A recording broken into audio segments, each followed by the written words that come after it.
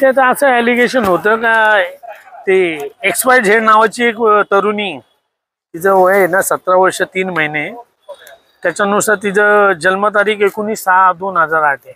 तिचा एक नातेवाईक आहे, याने तिला इंस्टाग्रामवर फ्रेंड रिक्वेस्ट पाठवली. ती फ्रेंड रिक्वेस्ट तिने एक्सेप्ट केल्यानंतर त्याच्यामध्ये त्यांनी कॉल केला. त्याच्यानंतर त्यांनी बोलचाल केली तिच्याबरोबर. आणि मग त्यांनी विचारलं का बाबा तुला बॉयफ्रेंड आहे का? तर ती नॅचरल ती बोलली नाही बॉयफ्रेंड नाही. मग त्याचं असं म्हणणं आलं का मी तुला बॉयफ्रेंड नाही तर मी तुला एक बॉयफ्रेंड बरोबर सोबत भेट करून देतो. असं करून 2 नंबरच्या आरोपीशी भेट करून दिली.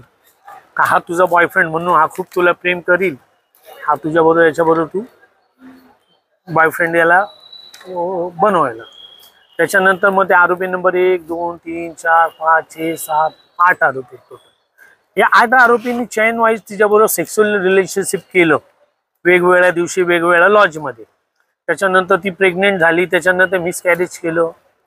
अशी एंटायर स्टोरी. आता कोर्टापुढे आणलेले 7 आरोपींना आणलेले. आता याच्यामध्ये जे CR नंबर आहे, हा जो IPCचे जे सेक्शन आहे पहिलेचे IPCचे 126/2, जो BNSचा 341 आहे, त्याच्यानंतर IPCचा 360 आहे, जो BNSचा 137 आहे, त्याच्यानंतर 354 आहे, त्याच्यानंतर 376 आहे, 376D आहे, 376(2) आहे आणि 312 आहे मिसकॅरेज. म्हणजे एवढ्या लोकांबरोबर सेक्शुअल रिलेशनशिप केल्यावर ती गरोदर राहिली अशी स्टोरी. त्याच्यानंतर मिसकॅरेज केलं. आता ती ज्युएनाइल आहे, 17 वर्ष 3 वर्षाची आहे म्हणून सेक्शन लावले, 4 लावले, 5 लावले, 8 लावले, 12 लावले. आता 5 का लावले तर गँग रेप आहे म्हणून हे 5 सेक्शन लावले. आता याच्यामध्ये IT ऍक्ट लावलेत. यांनी बरोबर सेक्शुअल रिलेशन करताना ते व्हिडिओ शूटिंग केली आणि ती व्हिडिओ शूटिंग सेंड केली अशी स्टोरी आहे. हे एंटायर जेवढं सांगितलं ना, असं आमच्यावर फक्त असा एक आमच्यावर एक हे लावलेलं आहे की ह्या कलमाखाली यांनी क्राईम केलंय. अजून ते झालं नाही. फक्त याची व्हेरीफाय कधी होईल? जेव्हा चार्जशीट येईल, त्याच्यामध्ये एंटायर एव्हिडन्स येईल, त्यावेळेला कळेल खरंच मिसकॅरेज झाले का नाही, खरंच त्याच्यामध्ये तिच्याबरोबर व्हॉट्सअपवर चॅटिंग होती का, तिला लॉजला घेऊन गेले का, ती 17 वर्ष 3 महिन्याची आहे का, ती नर्स आहे का. जर असं बघितलं का तो जो तिने जो कोर्स सांगितलाय GNM, हा 3 वर्षाचा कोर्स आहे आणि दुसरा GNMचा सेकंड आहे माइल्ड वाईफ, हा 2 वर्षाचा आहे.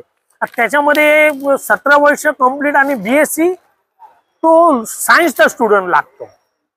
म्हणजे तिने त्या मुलीने जे सांगितले त्या मेहरबान कोर्टाला मी मेन्शनिंग केलेलं आहे का फक्त व्हिक्टिमचं वय तेवढं व्हेरीफाय करून घ्यावं. जर ती तिचं जर जन्मतारीख 17 वर्ष 7 महिने म्हणजे 16च्या जास्ती, 17 वर्ष 3 महिन्याचे तर 17 वर्ष 3 महिन्याचे तर फक्त तिचं एज जरा व्हेरीफाय करून घ्यावं. संबंधित पेपर्स बघावेत, त्यांचे डॉक्युमेंट्स घ्यावेत.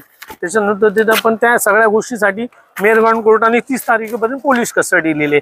आरोपींनी ज्या गाडींमध्ये घेऊन गेले किंवा मोबाईल सीज वापरलेत ते मोबाईल सीज करायसाठी, त्या जे गाड्या वापरल्यात ते सीज करायसाठी त्यांना 7 दिवसाची पोलीस कस्टडी दिली.